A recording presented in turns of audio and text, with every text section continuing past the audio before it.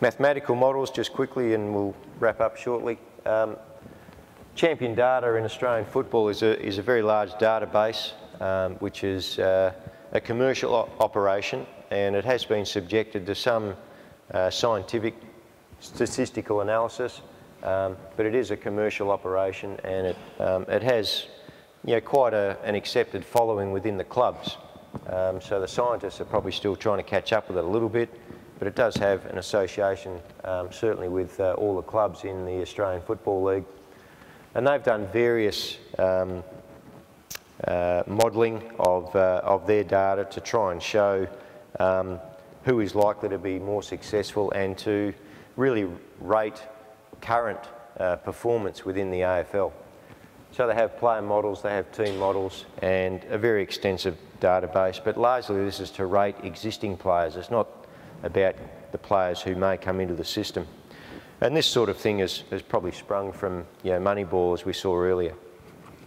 So just a very quick example of that.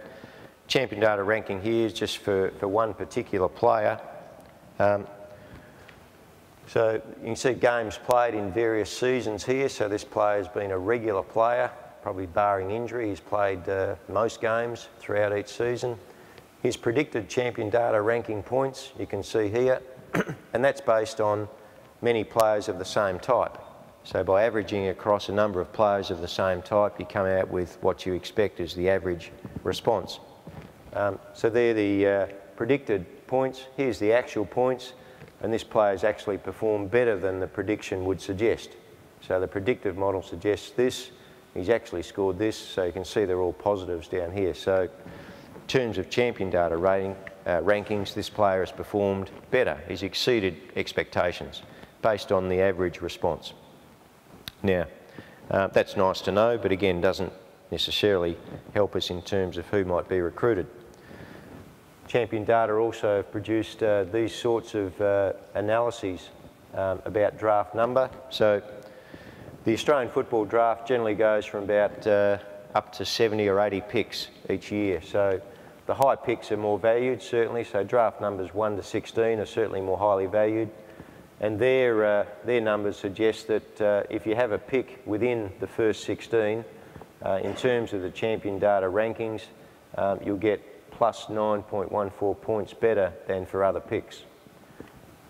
As you go down the line though, for every other pick within 1 to 16, it's minus 0.47 points worse than the previous pick. So 15 is better than 16, 14 is better than 15, and so on, by a small margin based on their own analysis. So I stress it's their analysis, not any scientific analysis from some other person. Draft number 16 plus doesn't make a lot of difference, so the 1 to 16 are certainly the valued picks, and beyond that, at least on their numbers, it doesn't make a hell of a difference. And pre-season draft, which is sort of a top-up draft, generally the performance of players from the pre-season draft is about 8.5 points worse than for the same pick in the national draft. Pre-season draft is a much smaller, there's only probably about 20 picks, so generally the players there are, as I say, top-up players just to make up and finish off a club's list for a season. So the future, how objective can talent identification become? That's, I guess, a question for future research to endeavour to answer better than we can at the moment. But just a couple of quotes, and one's from Tom Riley back in the World Congress of Science and Football 2003. There is no prescriptive formula for talent identification, and that would still ring true today, I think. There is certainly no prescriptive formula that I can tell you about which would give you reasonable certainty about who you should select and which may give you better career success. And that is really what it's about. A lot of players are drafted in, but what you really want is the players who are likely to have the best career success. And another quote from Mark Williams, who was here but has left this morning. There is unlikely to be a particular gene that will reasonably predict success in a multifaceted task such as the football codes. So nurture and the environment is crucial. Right. And certainly I would close on that point that don't neglect the need to nurture. I think that is where clubs can probably do a lot better, is in nurturing the young talent that they recruit in. So thank you for that.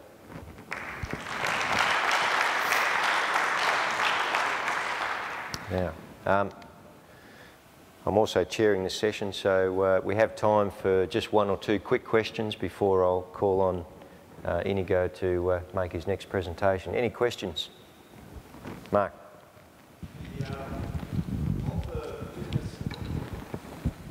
Of the fitness data, has anyone actually sat down with the coaches and got them to go through what they see the relative importance of each of the items actually is? Do you know what I mean? Like, whenever I've talked to the coaches in a very loose fashion, I think so. Not in any well-structured fashion. So I think the coaches have been asked for their thoughts, but not in any, at least even semi-scientific way, no.